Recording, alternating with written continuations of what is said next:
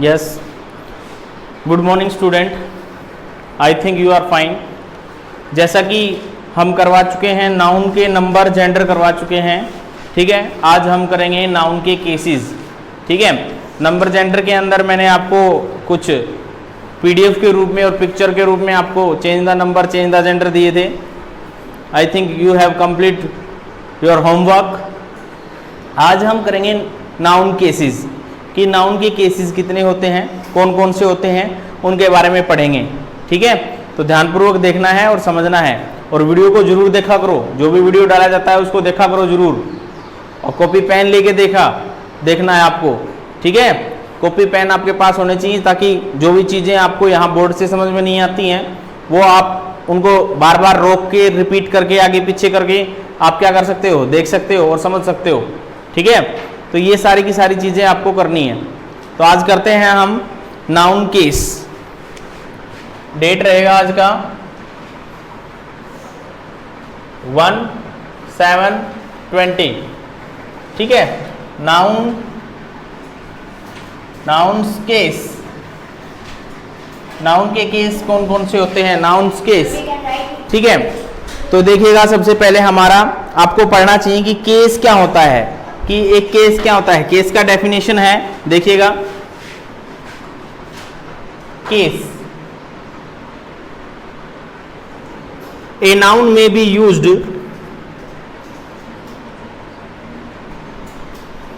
may be used, Sir, yes, we can write it. yes, a noun may be used as a subject or object, as a subject or object of a verb,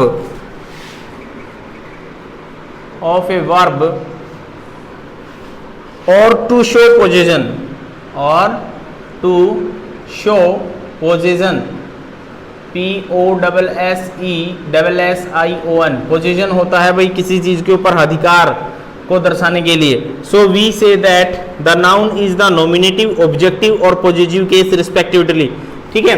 तो इस प्रकार से आपको case के बारे में क्या बताया गया है कि अ नाउन में बी यूज्ड, एक नाउन जो है में बी प्रयोग किया जा सकता है, यूज्ड में भी प्रयोग किया जा सकता है, एज सब्जेक्ट एक सब्जेक्ट के रूप में, और ऑब्जेक्ट के रूप में, ऑफ ए वर्ब, और to show, of a verb और एक वर्ब के ऊपर शो दिखाता है, पोजीशन क्या दर्शाता है, पोजीशन होता है अधिकार या बल दर्शाता है। वे सब के सब हमारे क्या कहलाते हैं, केसेस कहलाते हैं। तो इसके आगे और लिखें, so we say that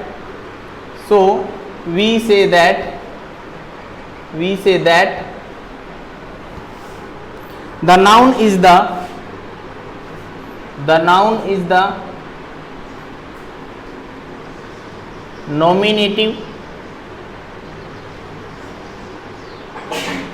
nominative, objective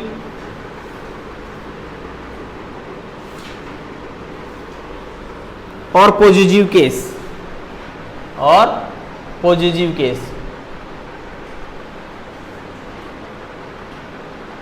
समझ रहे हो। तो नाउन जो है वो हमारा एक हो सकता है नॉमिनेटिव केस, ऑब्जेक्टिव केस और पॉजिटिव केस, ठीक है।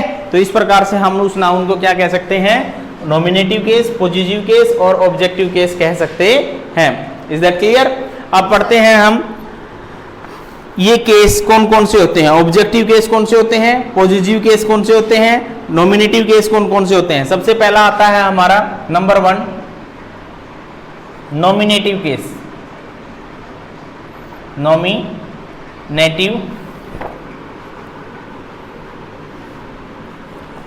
नॉमिनेटिव केस, ठीक है। नॉमिनेटिव केस में क्या होता है, देखिएगा, when a noun is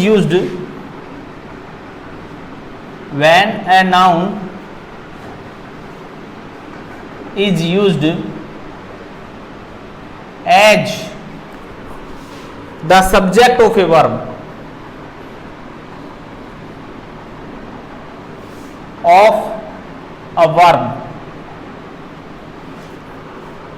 it is said to be nominative case. It is said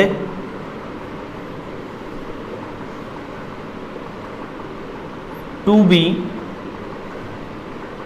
in the nominative case.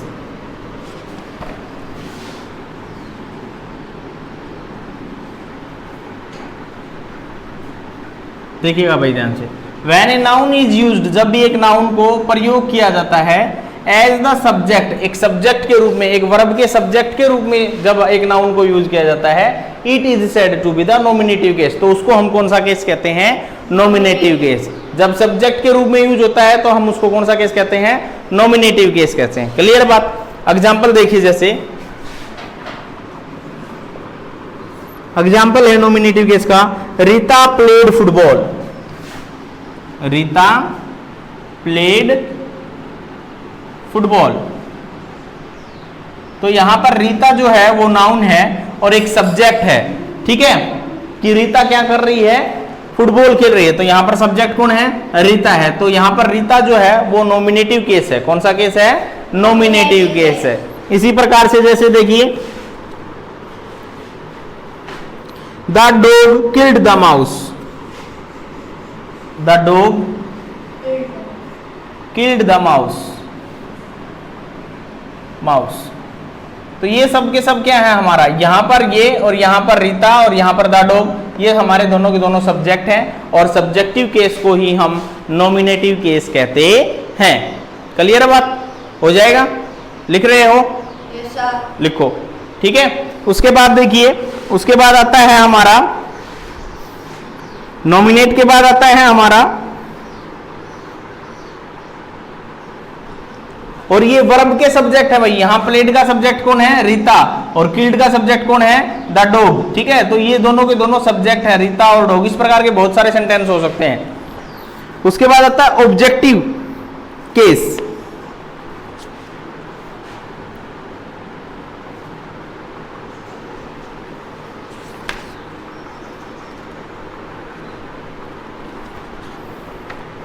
दूसरे नंबर पे आता है हमारा OBJECTIVE, objective case. Objective case कौन से होते हैं? देखिएगा, the noun has action of verb.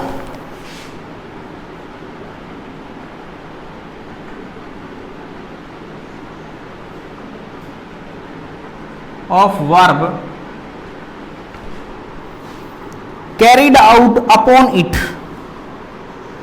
The noun has the action of the verb, action of the verb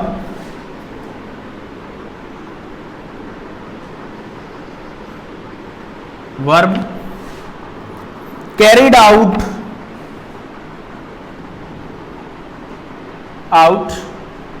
upon it or it used, it or it used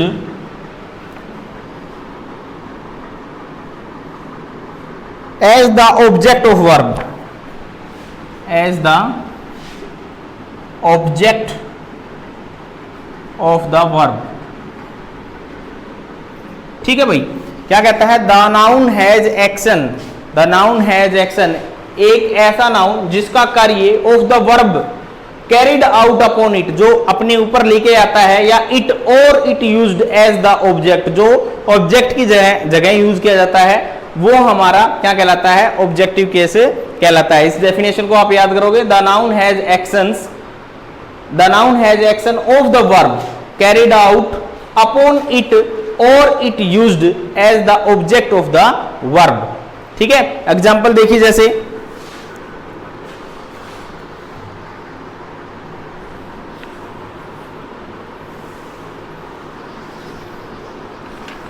example देखिए, जैसे Ravi gifted Usha an interesting story book. Ravi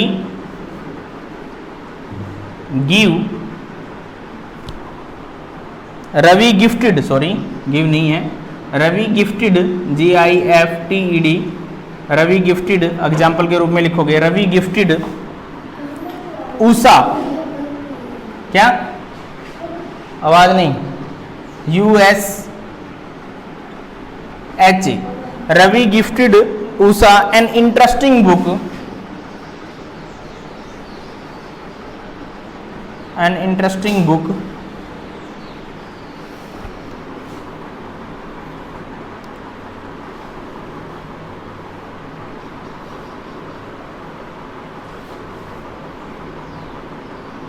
An interesting book.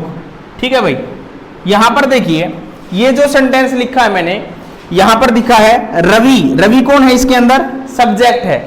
ठीक है, रवि क्या है इस वाक्य में, इस सेंटेंस में? सब्जेक्ट है। गिफ्टेड क्या है? वर्ब है।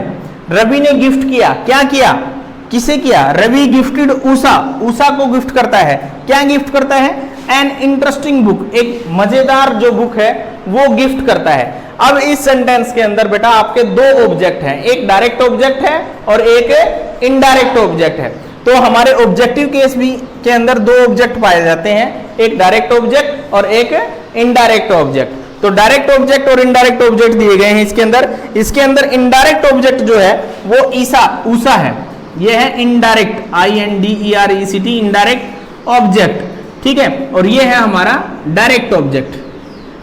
ठीक है, तो इस प्रकार से आपको ये भी समझना है कि डायरेक्ट और इनडायरेक्ट ऑब्जेक्ट भी हमारे ऑब्जेक्टिव केस के अंदर आते हैं।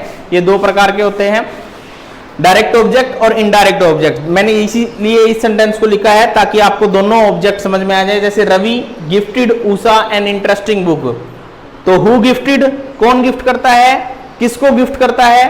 ठीक है, तो यहां पर उषा जो है वो इनडायरेक्ट है और क्या गिफ्ट करता है, वो हमारा इंटरेस्टिंग बुक जो है वो हमारा डायरेक्ट ऑब्जेक्ट है। ठीक है, ये हमारा डायरेक्ट ऑब्जेक्ट, ये इनडायरेक्ट ऑब्जेक्ट, ये सब्जेक्ट और ये वर्ब। एक सेंटेंस के अंदर तीन ही चीजें होती हैं, एक सेंटेंस के अंदर सब्जेक्ट, वर्ब और ऑब्जेक्ट पाया जाता है। ठीक है, और इसके अंदर दो ऑब्जेक्ट हैं, एक डायरेक्ट है और एक इनडायरेक्ट है। ठीक है, तो इस प्रकार से ये दो हमारे दो केस हो गए, nominative case, objective case.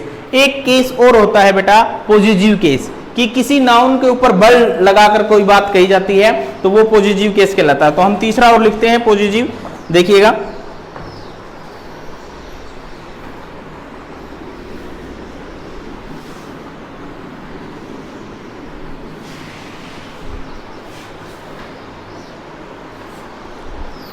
Third है हमारा positive case, POSSESSIVE, positive case. Positive case कौन से होते हैं? देखिए बेटा, व्हेन ए नाउन शोज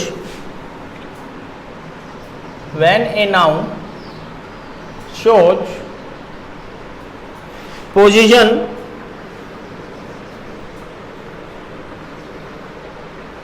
और indicates,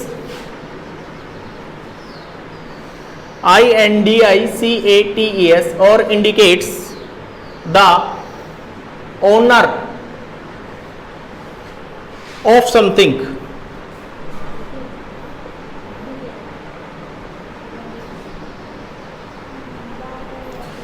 it is said to be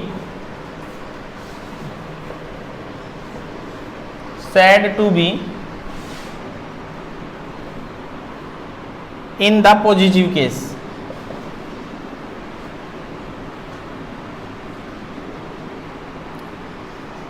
positive case क्या है बेटा? बिल्कुल इजी है, समझिएगा आप इसको।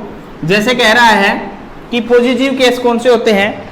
व्हेन ए नाउन शोज, जब कोई एक नाउन शो करता है पोजीशन, अधिकार को, और इंडिकेट, और संकेत करता है द ओनर, यानी कि अपने मालिक होने का, खुद का, उस चीज को जो है अपने आप की समझता है, of something, it is said to be the positive noun.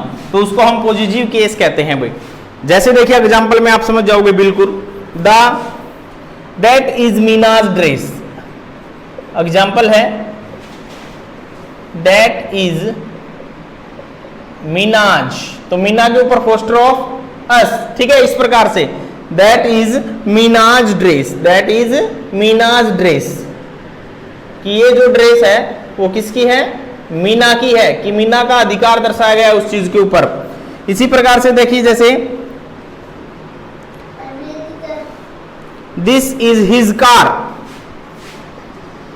This is his car, his car, तो यहां पर हिज जो है वो कौन सा नाउन है? पॉजिटिव है, पॉजिटिव केस है ये, ठीक है।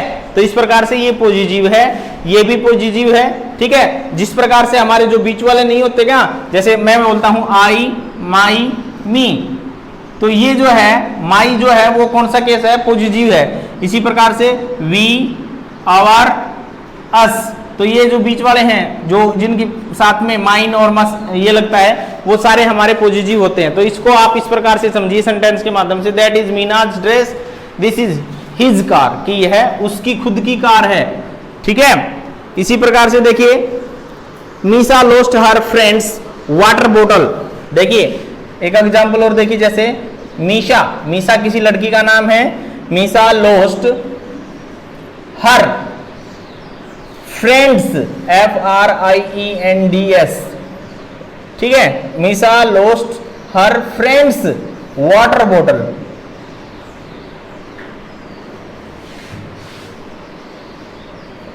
तो ये जो है यहां पर फ्रेंड्स के ऊपर पोस्टरोफस लगा है, ये हमारे पोजीशन को शो करते हैं। तो ये सारे के सारे हमारे कौन से केस होते हैं? पॉजिटिव केस होते हैं। क्लियर है बात? तो आज आप इस वीडियो के अंदर देखा कि नॉमिनेटिव केस की डेफिनेशन क्या होती है। केस के काइंड कितने हैं? 3 हैं, नॉमिनेटिव, पॉजिटिव और ऑब्जेक्टिव। तो तीनों को मैंने आपको बताया है, डेफिनेशन भी दी है, एग्जाम्पल भी दिया है। इन तीनों को आप ध्यानपूर्वक देखोगे, सीखोगे और समझोगे, ठीक है। अगर किसी प्रकार की कोई दिक्कत है तो आप मुझे पूछोगे। क्लियर बात? और जितना काम करवाया गया है उसको आप अपनी नोटबुक में कंप्लीट करोगे, कल आपकी नोटबुक चेक होंगी, ठीक है, नेक्स्ट डे जब भी। Okay, thank you very much, बहुत बहुत धन्यवाद। आज के लिए इतना ही काफी।